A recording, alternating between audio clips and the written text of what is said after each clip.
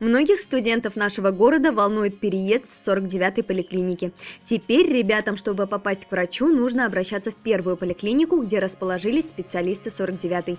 И именно для того, чтобы обсудить все отрицательные, положительные и организационные вопросы в связи с переездом, на круглый стол собрались председатели правкомов вузов и главный врач первой поликлиники.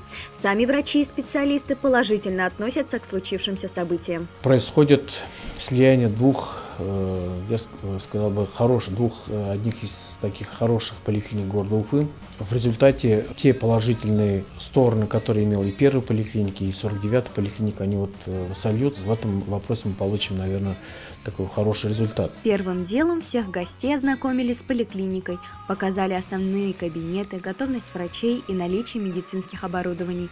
По мнению специалистов, стоит максимально ускорить организационный процесс, модернизировать способы записи и регистрации, а главное – создать все условия, чтобы каждый студент смог получить медицинскую помощь максимально быстро. К следующему лету должен заработать студенческий медицинский межвузовский центр на базе первой поликлиники. Вот к этому мы сейчас идем, и, соответственно, должны быть здесь приняты определенные документы на уровне уже правительства, нашей республики. Все студенты уже знают, что наши врачи находятся на 5-м этаже первой поликлиники, и уже сейчас в длинных коридорах можно встретить студентов, ожидающих своей очереди.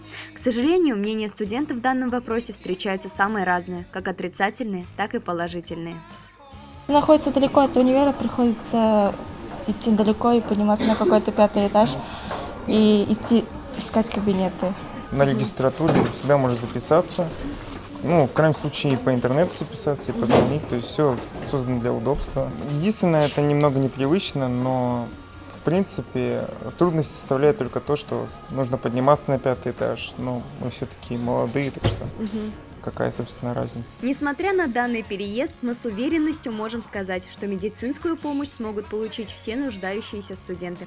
Возможно, даже в наиболее удобных условиях, чем было. Но для этого нужно немного времени и терпения. Теперь студентам до своей поликлиники придется идти чуть дольше. Но не беспокойтесь, ведь ходьба – это тоже здоровье. Азиля Мулюкова, Аделя Хусаинова, специально для Правком ТВ.